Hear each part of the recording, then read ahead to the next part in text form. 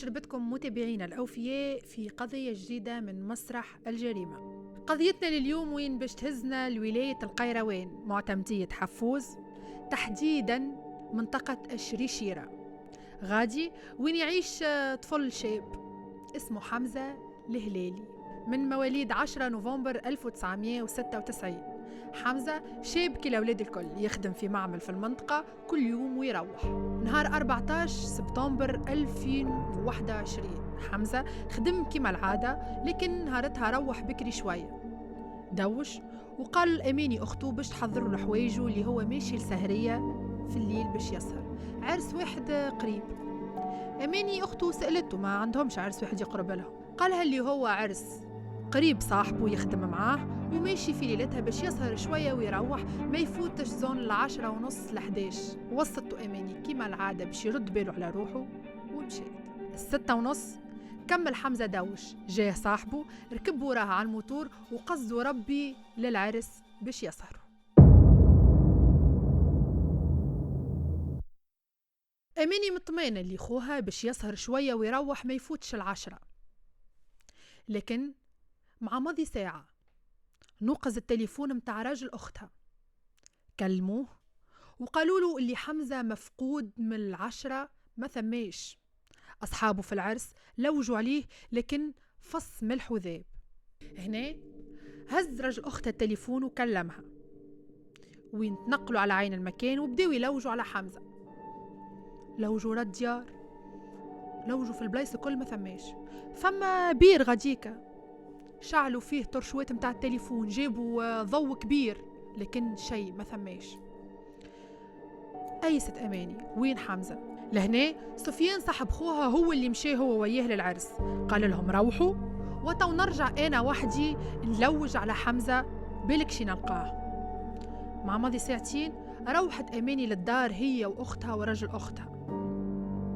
شوي هما وصلوا للدار والتليفون عاود نوقز، كلموها قالوا لها اللي لقاو حمزة مطيش في البير. حكاية غريبة يا أخي، مش لوجنا احنا في البير بكري ولقيناشو.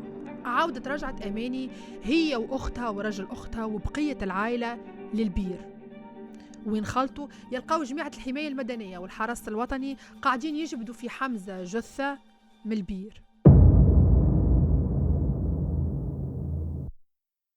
هنا وين جبدوا حمزة جثة من البير، حوايجه كلها كانت ممسخة بالدم، وجهه مفسد مفسخ ماكلت ريحة، والأغرب من هذا الكل كان لابس بركة فردة من صباته.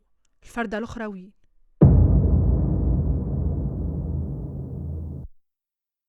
تم نقل حمزة للمستشفى للتحليل الطب الشرعي، وهنا وين طلع التقرير. الوفاة ناتجة عن إصابات بالجمجمة والدماغ والصدر والعمود الفقري الصدري والطرف السفلي الأيسر.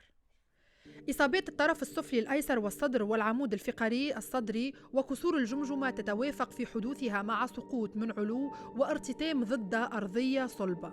الكدمة الموجودة على مستوى العين اليسرى تتوافق على الأغلب مع رشح بوسيلة راضة. تقرير الطب الشرعي هذا صدر نهار 15 سبتمبر 2021 من سبيطار القيروان عن الدكتور وائل المجدوب. لهنا نرجع بكم للأحداث التالي شوي. نهار اللي مشى حمزة باش يسهر في العرس كان قاعد مع أصحابه وحال ديريكت على الفيسبوك. دار الواحد من أصحابه قال له شد التليفون كمل انتي صور الديريكت، خليني نمشي غاديكا شوي ونرجع باش يقضي حاجته. مشى ورجع يجري مرعوب. كي سألوه أصحابه قالوا له شبيك؟ قالوا لهم راهو فما راجل غاديكا عيط عليا وطردني قال لي برا امشي من هنا. يا أخي قام واحد من أصحابه مشى لنفس البلاصة ورجع قال له يا حمزة راهو ما ثم حتى شيء. عاود قام حمزة ومشى، ولكن المشي هذيك ما رجعش فيه.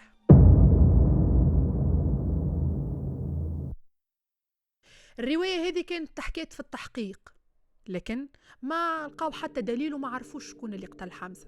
وبشوية بشوية بداوا يسألوا على الراجل اللي شافوا حمزة، اتضح انه من اهالي المنطقة غاديك. الراجل اللي نحكيو عليه اللي لقاوه الاولاد ليلتها بحذا البير واللي شافوا حمزة اسمه منجي العامري. هنا وين تنقلوا أعوان الحرس الوطني لتفتيش منزل المتهم منجي العامري. لقاو حاجة غريبة، يلقاو القميص متاعو مقطع ملطخ بالدم ومطيش فوق سطح دارو. كي يسألوه قالوا له شنو هذا؟ نكر وقال لهم هذاك قديم برشا ومطيش من أيامات العيد الكبير. هنا يتبين لنا أنه المتهم الرئيسي في قضية حمزة الهليلي هو منجي العامري. تم الاحتفاظ بمنجي العامري، لكن تحاليل الأديان كلها من 2021 يوم وقوع الحادثة إلى يومنا هذا ما زالت ما طلعتش. كانت هذه قضية اليوم، استنونا في حلقة جديدة وقضية جديدة من مسرح الجريمة. دمتم في رعاية الله.